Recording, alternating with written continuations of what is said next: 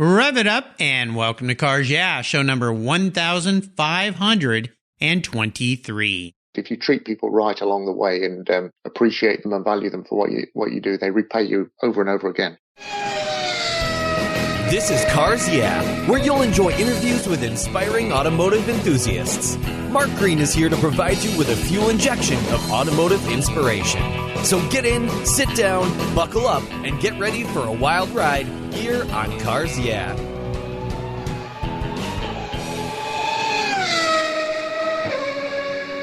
Hello, inspiring automotive enthusiasts, and welcome to Cars Yeah. I'm revved up and very excited to introduce to you today a very special guest calling in from across the pond in the United Kingdom, Jon Saltinstall. Jon Saltinstall grew up near Donington Park, where he witnessed his first motor race at the young age of 12 after winning tickets in a local newspaper competition.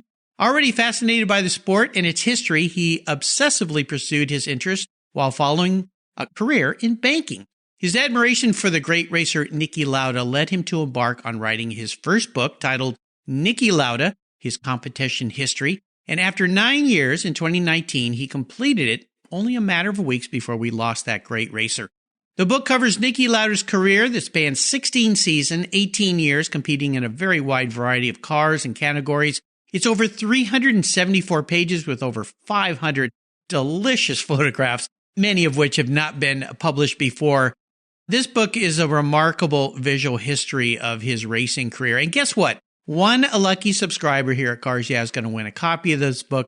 Compliments the publisher and Jon, so we thank them for that. Just go to the Cars Yeah website, click on the free book button. I'll send you my free filler-up book, and your name will be in the hat to win a copy. I've got my copy, and I'll tell you, this thing is really cool. We'll be back in a minute to talk with Jon, but first, a valuable word from our valuable sponsors that make Cars Yeah possible. We'll be right back.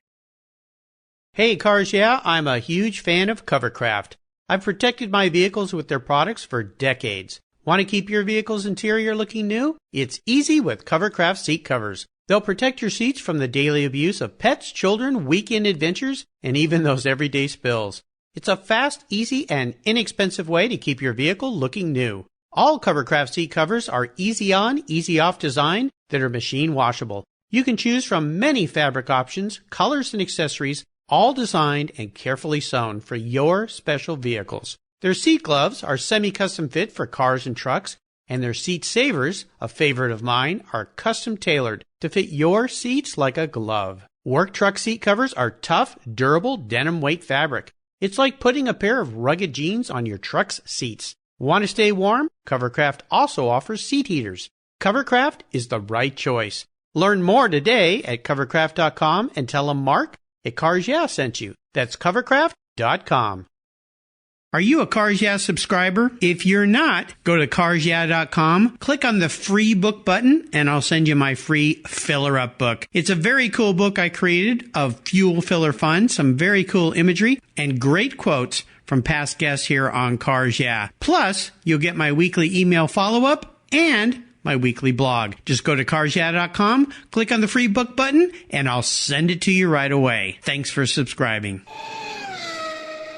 All right, Jon, we are back. Are you buckled up and ready for a fun ride? I am indeed, Mark. Thanks very much for taking the time to talk to me. Oh, absolutely. This is fantastic. I love Niki Lauda. I love Formula One racing. I love Ferrari. All these things came together, and I got so excited when your very kind publisher sent me a copy of this book. I always start by asking my guests a question of telling us a little bit about yourself that most people don't know. But before I do that, I'm going to ask you, what's something that you uncovered when you were writing this book about Niki Lauda that really surprised you, something that you didn't know about the racer? I was constantly finding there were little bits of races that he did that he doesn't even talk about himself. That kind of surprised me more than anything. The one that probably surprised me the most was that his very first race that he did in a single-seater car, he had been pestering a chap called Kurt Bergman, who ran a Formula V team over in Austria. Up until this point, Niki had been racing on hill climbs and on airfields in saloon cars. And he'd been trying to get himself a driving the single-seater. And eventually, Kurt Bergman relented and said, yes, you can have a go, but it's not local. This drive is going to be at a place called Kimala, which is in Finland. And the reason that Niki got the chance to drive was that the chap who drove the race car transporter was on holiday. So Bergman said to him, you can have a race if you drive the transporter up to Keebler and bring it back in one piece. If you do that, you can have a drive. So that's exactly what happened. Niki drove a 3-car transporter, towing a trailer from Vienna to Helsinki, which included crossing the Baltic on a ferry. A ferry? Oh, wow. Absolutely. Did very well in the race, came fourth, didn't make any mistakes, didn't crash the thing, and brought it all back in one piece. But the thing that was bizarre about that, his first race in a single-seater, he doesn't talk about it in his own autobiography. He doesn't mention it. He draws no attention to it at all. It's almost like he's completely ignoring it. And there's about 14 races that he ignores in his autobiography. So in terms of surprise, yeah, that was pretty surprising. Yeah, that's very cool to uncover that. That must have raised your eyebrow a bit. How about something that most people don't know about you, Jon? Well, for a long while, nobody knew I was writing this. My day job is I work for a bank, and it came as quite a surprise when people saw this published. Most of the people who know me in the motorsport world don't know that I spend another part of my life playing rhythm guitar in a big band. Different dimensions in my life in different boxes. Yeah, very cool. I love it. Well, let's start with a success quote or a mantra, some kind of saying that's important in your life. It's a nice way to get the inspirational tires turning here on Cars Yeah. So, Jon, grab the wheel. One of the first things that was said to me when I first started work was somebody said to me, be good to the people you meet on the way up because you'll probably meet them back on the way back down. On the again. way down, yeah.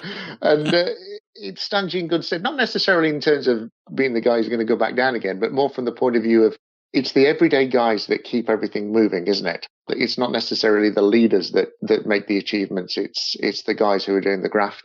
And I've tried to live with that in both my professional life and in the life of researching this, that if you treat people right along the way and appreciate them and value them for what you do, they repay you over and over again. Oh, yeah, absolutely. I ran a company for years where we had nearly 100 employees, and we called them, I like to call them associates, not employees, fellow workers, people that I worked with. And I always was reminded of that. I think my dad taught me that. But, what we're going through right now with what's happening in the world, you see things like the heroes are the people, the responders, the doctors, the nurses, the people that deliver foods to our stores, that while the rest of us might be quarantined away, they're out there working so that we can eat every day. These are the champions of the world in many respects. So treat them with respect, treat them with kindness. And I think the world could always use a little bit more kindness in every day. That's for sure. Yeah, there's a saying that's going around at the moment, isn't it? That in a world where you can be anything, be kind. Absolutely. Well, let's talk a lot more about this book because I was so excited to get this book on my desk. It's absolutely marvelous. This thing is huge. It's a very large book. I hate the word coffee table because sometimes those are books that don't have they're pretty pictures, but maybe they're not as important. I would call this a coffee table book only in the respect that it's full of incredibly cool historic pictures, many I've never seen before, and I've got thousands of automotive books. But more importantly, it takes you through his life and the kinds of cars he drove and the diversity of cars. So tell us what has you excited about this book. Again, the title is Niki Lauda, His Competition History. I guess what excited me in the first instance was because I'd been aware for years that he had a huge variety of machinery that he'd driven, but most of it was not well documented and certainly not well photographed. So to actually try and establish where you could find the images of particularly of the stuff from his very early career. It's easy with any driver who's famous to pick them up at a point where they're well known and see what's gone on in their career then. But to pick them up at a point where they're an unknown and where, the people who are watching don't know if they're going to make it, if they're going to be a success, you're reliant on chance, really, on somebody actually writing something, somebody taking notice, somebody taking a photograph. It was slightly easier, I guess, with Niki, because when he started hill climbing, he was successful right from the get-go. He was second in his first race and first in the next four. So he got a bit of attention around him early on. There weren't a lot of people who were going and taking photographs of Porsches racing on airfields in Austria in 1968. To actually do the forensic work to discover those, that's what gives you the buzz. That's where the fun comes in. Yeah, it must have been fascinating. Now, I know that you followed Niki early in his career, or actually when you were young in your career and so forth, but when did you finally make that decision? Because, you worked in banking. removed from authoring a book and working in the automotive field. You certainly have a passion for it. But what was that moment when you said, you know what, I'm going to write a book? I mean, that's a pretty daunting thing to take on. A lot of people think they might write a book, but writing a book is a whole different thing. The writing itself, because my day job involves me writing a lot of reports and analyses and things like that, writing comes relatively easy to me. So I enjoy the process of it. But I've always been a collector of things. I used to collect vinyl records back in the day. I collect all sorts of things. Collecting information and images and statistics, it sort of forms part of that sort of hoarder side of my personality. So I originally started pulling the photographs together for this, not because I was intending to write a book, but because I was actually making models. I made about it. I set out with the goal of making a model of every car that Niki ever raced, and that oh my gosh, grew and grew, and ended up building about 150, 170 individual little 1/43rd scale models. Oh my gosh! Most of which were sort of hand built. But by doing this, it was dawning on me that I got a huge archive of photographic material that I could pin the stories to. I was very taken with a book that was written a few years ago by a chap called Doug Nye, who actually was He's been a guest on my show. Yeah. You'll know Doug. And wrote the preface of the book, bless him. Yes. Doug a few years ago wrote a book called My Cars, My Career, jointly with Sterling Moss. And I was very taken by the concept of doing that. But rather than sort of do it as a car-by-car thing, I'm going to try and do it as a race-by-race thing. And there have been a couple of other books. There's a Senna book and there's another Moss book that have been done this way, but they're the exception rather than the rule. If I can get to the point where I can write an account of what happened to Niki in each of his races and illustrate that with a photograph that not only shows the car, but shows the environment in which it raced and what the times and the conditions were like then, that might be quite an interesting thing that I would like to read. So I set out to write the book that I wanted to read because it didn't exist. Then the more I got into that process, it became about doing as comprehensive a job as possible, making that sort of completer finisher side of me and making sure that I didn't miss anything out. And then doing it as well as I possibly could, because, sort of doing the best job I can with anything is kind of important to me. That then took an awfully long period of time. It took about 9 years from start to finish, really, from collecting the photos to get to the point. Huge amount of time. Yeah. Yeah. I mean, did you ever get to a point where you thought, am I going to ever get this thing done? Yeah. You did think that from time to time. There were certainly times where you thought, I am never going to find a photograph of this. He did 316 races and we found photographs for 311 of them, which is wow, pretty good going. And of the 5 that we haven't got photos, we know that there are no photos of one of them because it actually took place behind closed doors and was done as a private race. So it's about as thorough as it's humanly possible to get. I think so. What was your favorite thing about writing this book? It was those eureka moments. It was finding that thing that you didn't know about. It was a bit obscure that he'd raced in a Formula Pacific, which is a bit like Formula Atlantic. Support race in 1984 after he'd won his world championship. He was supposed to be on a holiday in Australia, but he was racing in a Formula Pacific show race around there. I knew that a bit, but I didn't know that the day before that he'd driven in a race in a Nissan saloon car, a little 5-lap thing. Didn't know that at all and just found it entirely by chance. But then being able to sort of find that, then find somebody who'd taken the film of it, because there were no accounts on it. So you find the film of it and actually watch the film and create your own account of it.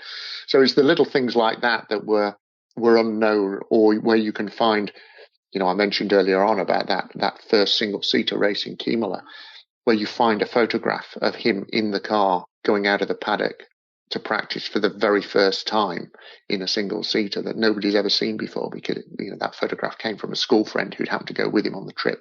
It's things like that where they're the gold nuggets really that make it all really worthwhile. Yeah, panning for gold for sure. Well, let's talk about your life, and it could relate to this book, which would be fine. A big challenge that you face, or maybe even a failure that you face. I want you to walk us through that, but more importantly, what was the learning lesson from it? Because that's the value of having challenges in our lives or facing failures. And how did that experience help you gain even more momentum moving forward in your life, in your career, or on the book? Yeah, it's a really good question, isn't it? Because I guess we all learn more from the things that we get wrong than we do from the things that we get right. It's something that's been, I've been pondering since we originally spoke about doing this and thinking, what have I got wrong?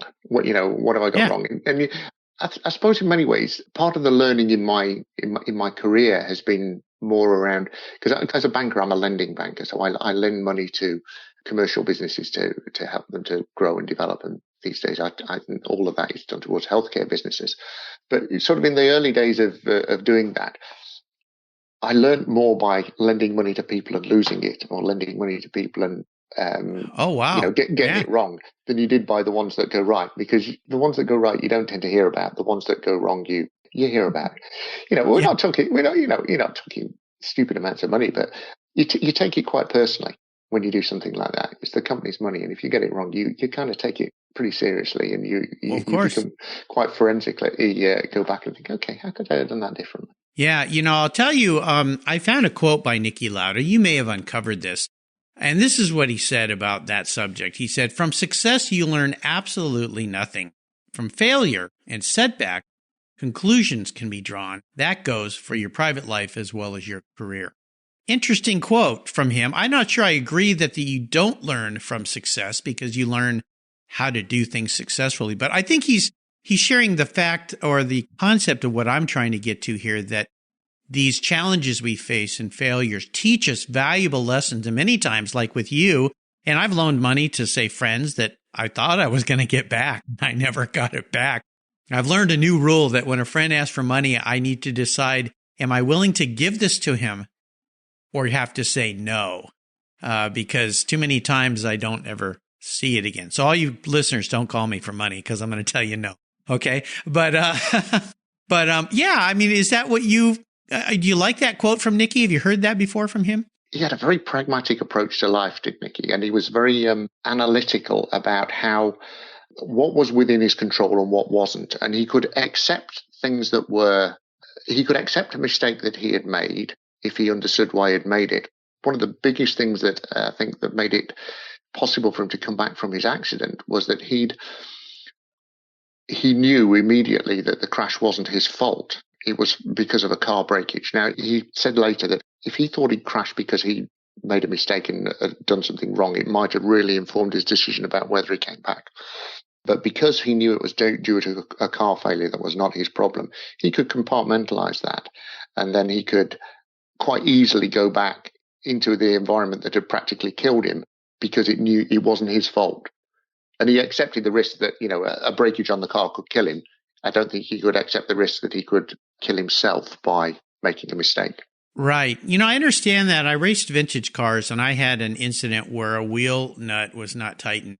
It wasn't one that I was doing. It was someone helping me. I learned a good lesson there. Always check your own torques. But it came off at an inappropriate time on the track.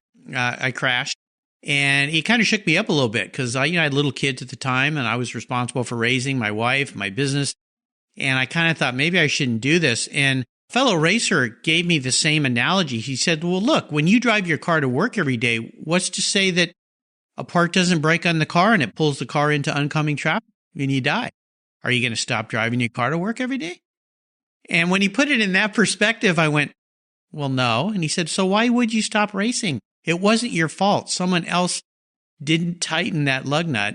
So next time you check the torques before you go out. That's a new rule. Put it on your checklist. But don't let it stop you from racing, for goodness sake. Same kind of thing. So I'm happy to hear that he was able to do that. I wasn't until somebody gave me the idea. Thankfully, they did, and I continued racing. But it's an interesting concept. So it's the same of trust, don't you think? When we drive down a road, we have trust that car coming at us is not going to swerve into us and hit us. Therefore, we continue with our lives and go out. We're not afraid. Yeah, I would agree. And I think that, even if you're a fatalist about these things, the odds are always in your favor, aren't they? If somebody says to you, oh, crikey, you've got a 1 in 3 chance of this thing happening to you, you think, that's great. I've got a 2 in 3 chance of it not happening to me. Not happening, yeah. So it's the only way we can go through life. Yeah, quite right. Quite right. With a smile on our faces. Well, let's take a short break and thank our sponsors, and we will be right back. My favorite collector car magazine is Keith Martin's Sports Car Market. I've been a subscriber for decades. Sports Car Market is the Wall Street Journal for the enthusiast and the collector. It's your monthly must-read whether you dream of owning a collector car, have 2 cars, or 200. Sports Car Market has been around for 31 years, and it's filled with valuable articles, intelligent write-ups, and the latest auction sales. Go to sportscarmarket.com and subscribe today. Plus, you'll get the exclusive SCM guide to restoration shops included for free. At checkout, use the code CARSYEAH and receive a 50% discount on your digital subscription. It's an exclusive offer from me here at Cars Yeah. I'm Mark Green, and I love Sports Car Market magazine.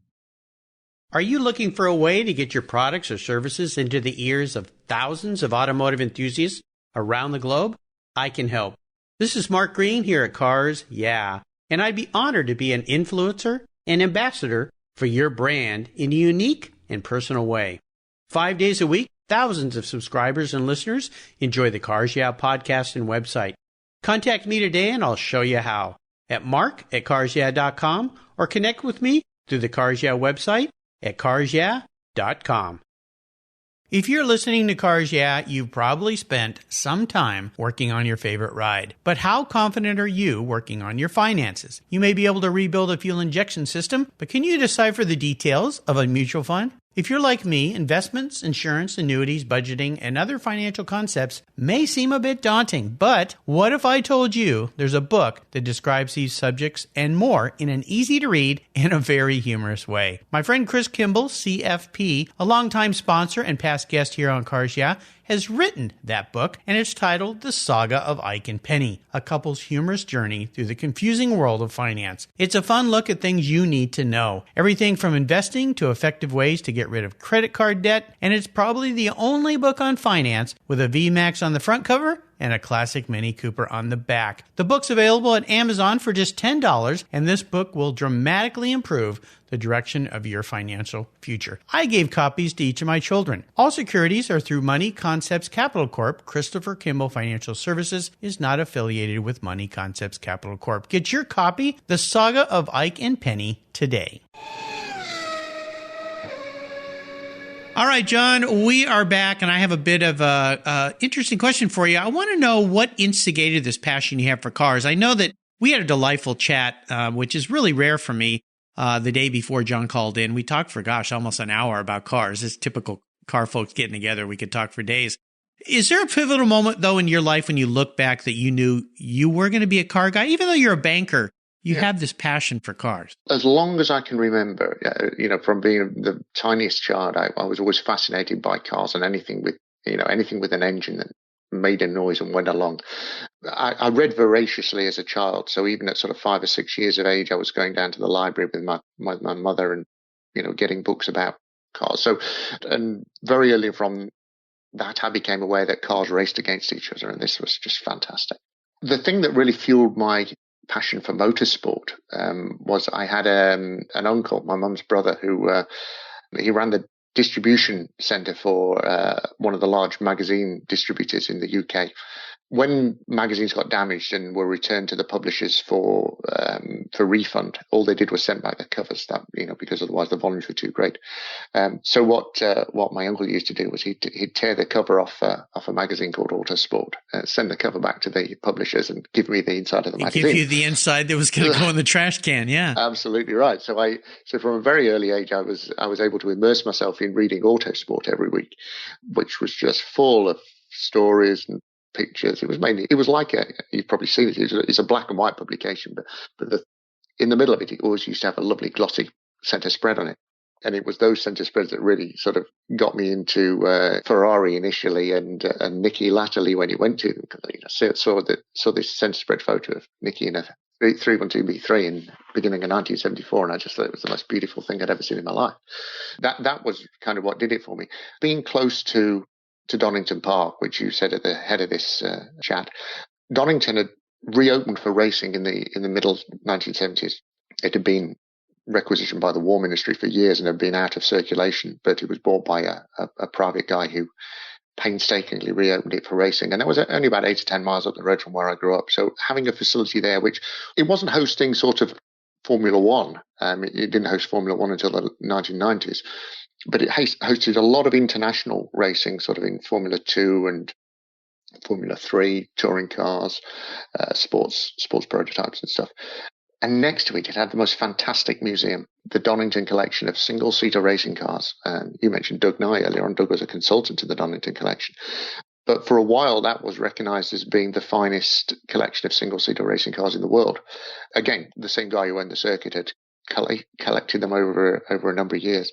So having that sort of just on the doorstep, and you could go up as often as you like, really, and just poke around it. It was just a mecca. It really was fantastic. Dream come true. What was your first really special car in your life? First special car in my life actually was a great big 2-liter Ford Cortina. I don't know if they wouldn't have had the Cortina model over there. It's what was known as the Taunus model in Europe. A great big 2-liter thing with a twin downdraft Weber carburetor in the middle of it. And I was only about 18 or 19 with this thing. I bought it off an insurance salesman. So it had done a lot of miles. It was a beast of a car. It both excited me and scared me because it didn't know when to stop accelerating. Well, a 2-liter in a lightweight car like that is pretty cool to start with. What year was it? That would have been late 1970s. It would have been about 1978 or something like that. Yeah, I figured it was mid-late 70s, something like that. Well, they're cool. And, of course, the older Ford Cortinas like Jimmy Clark drove and those great cars were just beautiful. And you still see some of those on the circuit for vintage racing, and they're lovely cars. Yeah, they don't like keeping all four wheels on the ground when you go around corners either. No, they weren't really made for that, but people like Jimmy Clark could certainly drive them, that's for sure. Well, here's a very introspective question, I should say, John. If you woke up tomorrow and you were a vehicle, what would John be and why? I guess there's a difference between what I'd like to be and what I am, because I'm probably something very practical and well, that's the idea of the question is how do you perceive yourself? I'm probably something like an Audi saloon, really, sort of quite reliable but unostentatious, but sort of does what it does rather well. So I guess that's probably what I'm most akin to. Yeah, well, you should be. You're a banker. We don't need any flamboyant crazy people in our banks, that's for sure. That would scare us to death. So even though there may be some that exist out there. Well, John, we are entering the last lap, and I'm going to fire off a series of questions and ask you to give our listeners some quick blips of that Audi saloon throttle. So here we go. Would you share one of your personal habits you believe has contributed to your life successes over the years? Yeah, I mean, I guess in some ways it's one of the things that's informed this project. I am a bit of I'm a collector, completer, finisher. So I like to finish a job. I don't like to leave things half done. But I'm a completist within that as well. So if I was collecting records by an individual, I would want absolutely everything. So that's kind of informs the way I am. Well, a guy that has built as many Niki Lauda Formula One car models as you have, yeah, I guess so. Holy cow. I thought I built a lot of models back when I was a kid. How about if I could arrange for you to have a drink or a meal with anyone in the automotive industry, living or deceased? Who would that be? This is a question I've come across many times, and I always tend to give the same answer. And it's actually Sterling Moss. Not so much because of his variety of machinery that he drove, which would be fascinating, but because of the way that he went about it. This was a guy who had got probably the most highly developed sense of sportsmanship of anybody I've ever sort of been aware of. I mean, you'll be familiar with the way that he gave away the 1958 World Championship because of seeing Hawthorne restarting his car on the pavement and overturning a steward's decision to have him disqualified. A guy with that kind of integrity would be a fascinating conversationalist. I had a really nice surprise when I was at Retromobile years ago. Got invited by an auction house to have dinner, myself and a gentleman I was with, and there was only about 8 others. And he said, it's going to be a small party. We got a special private room above this little restaurant on this little side street in Paris. And so we walked there, and guess who walked in the room to dine with us? Sir Sterling Moss and Lady Susie. And I just about fell off my chair. I'm like, whoa. And I got to sit between those two. And if you've ever been with those two, they like to banter, back and forth with each other. And it was one of those nights where you just keep going, how did I get here? And you want to ask questions, but you don't want to be a weirdo and ask the wrong questions and be cool, And the worst part was I didn't bring my cell phone. I have no pictures of the evening all, but I do have my memories, and that was absolutely delightful. So, they'll stay with you forever. Of course. You're a lucky man. It was very, very, very fortunate. How about the best automotive advice you've ever received from someone else? The guy who used to mend my cars for me when I was a kid always used to say to me, always remember, cars are a liability, not an asset. Yes. Well, wise words from a banker. Yeah, absolutely. Yeah, people talk about investments. Now, if you're buying collector cars and that's your living, or if you're fortunate enough to buy a collector car that goes up in value, you can speak differently. But I keep trying to tell my kids that. I said, this is not an asset, this vehicle you're buying. This is a liability in many, many ways. So treat it as such. Buy a used car that has depreciation so that you don't watch that money evaporate before your eyes. So and you'll continue spending money on it all its life. Oh, yeah, absolutely. Yeah, even when it's parked, like my cars, because I don't seem to drive as much as I used to. I work from home. I still have to pay for insurance for them to sit out there in my garage. So if that reminds me, in fact, I've got to call and talk to my insurance company about that. How about a great resource? Is there one in particular you'd like to share? In some ways, that's a toughie because there have been so many that have been so helpful in this.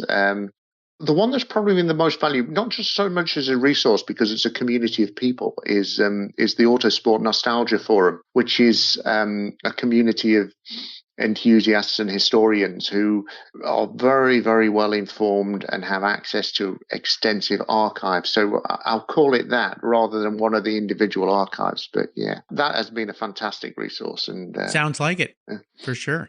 I always like to ask my guests about a favorite book they've read to share. Now, obviously, we're going to share today Niki Lauda, his competition history by my guest, Jon Saltinstall. But is there another book that you might recommend that you've really enjoyed reading? The one that I've just finished reading is the wonderful biography of Jim Clark that was written by David Tremaine. You'll be aware of David. He's a very, very fine journalist and a very fine writer. His book on Clark is one of those ones that you read that, you go through it and you think, right, nobody ever needs to do another book about Clark because this is it. This is the definitive masterpiece on it. And that is the one that's just lit my candle recently. Absolutely. Great. Well, I'll make sure that we put all these resources on Jon's very own Cars Yeah show notes page. Just go to carsyeah.com, type in the search bar Jon, Jon. His last name is spelled Saltinstall, and you'll find that there. All right, Jon, we're up to the checkered flag in this last question. It can be a bit of a doozy for people. I'm going to buy you a very cool collector card just for being my guest here on Cars Yeah. But there are some rules since I have to write this check. One is you can't sell it to buy a bunch of other toys with. I want you to drive it, so no garage queens allowed around here. But it's the only one cool collector car you can have in your garage. So what can I buy you today? Well, the car that I have loved and adored ever since the day that I saw it, and they're now astronomically expensive. I'll apologize in advance, but I have, been fortunate enough to stand up close and personal to it, but never get anywhere near touching it, is a Ferrari 250 GTO. They just are. Yeah. The epitome of automotive beauty to me. Yeah, absolutely. Well, I do a second podcast with Keith Martin. I mentioned Sports Car Market Magazine, called Buy, Sell, Hold. We just interviewed a gentleman whose show is going to be going up in the summertime here, named John Shirley. I've known John for 25 years since I moved here to the Pacific Northwest. He has a Ferrari GTO.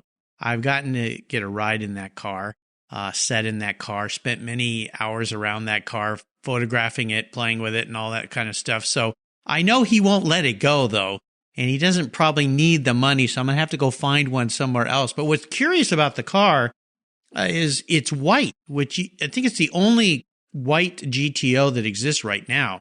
It was I think it was a car, it was that color back originally, or maybe John likes real true history into his cars. But the great thing about John Shirley is he drives his cars. He uses, and that car's been all over the world. It's been in concours events. It's been on roads all over the world. it's been used. But I'll give John a call. Maybe he can help me track one down. I think there's only, 22 left or something like that? There's not 20, many. Not many. I had the incredible joy of being at Laguna Seca the year that Ferrari was the mark, and I watched 22, 23 GTOs race together on the track, and it was a sight that it was almost, it was surreal. It was just like, oh my gosh, all these GTOs going around the track for 15, 20 laps, whatever they did. You didn't want it to ever end. It was just so marvelous. But well, you picked like the most expensive car on the planet, so yeah, it wasn't intentional. I mean, on my shelf up behind me here, I've got a lovely CMC 1/18th model of one. Oh yeah, looking at me right now. I've got that same model. Yeah, the CMC, they make some great models, that company. That's for sure. Very cool. Well, John, you've taken us on a wonderful ride today, taking us on a ride into Niki Lauda's life. Must have been a joy writing this book. Congratulations to write a book of this caliber for your first book.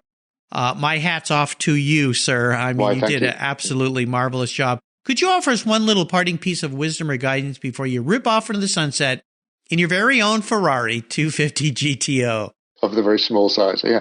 My last boss had a mantra that he used to live by, which I think was a good way of dealing with the little trip ups that life gives you from time to time. And he always used to say, "Form is temporary, class is permanent." And I thought that was a nice way of approaching it. I like that. That's the first time I've heard that quote. That's very good. I'm definitely going to write that down. Well, again, listeners, you can get your own copy of this. I'll make sure I put a link to it on John's show notes page. If you would like to win a copy, if you're going to be one of the lucky people, go to carsyeah.com, type in or click on the free book button on my website. Your name will go into the hat, and we'll be giving a copy away, compliment to John and his publishers. John, thanks for being so generous today with your time, your expertise, and for sharing your life with us today. This has been a delight. Until you and I talk again, my friend, I'll see you down the road. Thanks, Mark. It's been a pleasure. You're welcome. Hey, Cars Yeah listeners, this is Mark Green. If you love the Cars Yeah podcast, I have something new for you. I've teamed up with Keith Martin, a collector car market expert and the editor of Sports Car Market magazine, to create the Buy, Sell, Hold podcast. Buy, Sell, Hold is the essence of collecting. Together, we take you on an educational ride into the collector car market, talking with industry experts, helping you navigate your collector car journey so you know when to buy, sell, hold. We talk with seasoned experts who buy, sell, and hold investment vehicles, and they'll share their insider secrets on how they make their buying decisions when it comes to making these important investments. You'll find the Buy, Sell, Hold podcast on the Cars Yeah website, on the Sports Car Market website, and if you're a podcast app subscriber to Cars Yeah, Buy, Sell, Hold will come right to your mobile device, just like the Cars Yeah podcast, automatically. Join Keith Martin and me on a great new venture on the Buy, Sell, Hold podcast today. Thank you so much for joining us on today's ride here at Cars Yeah. Drive on over to carsyeah.com to find show notes and inspiring automotive fun. Download your free copy of Filler Up, a fun book filled with gorgeous photographs of fuel filler fun, including quotes from more inspiring automotive enthusiasts. Download your copy today, and we'll see you next time on Cars Yeah.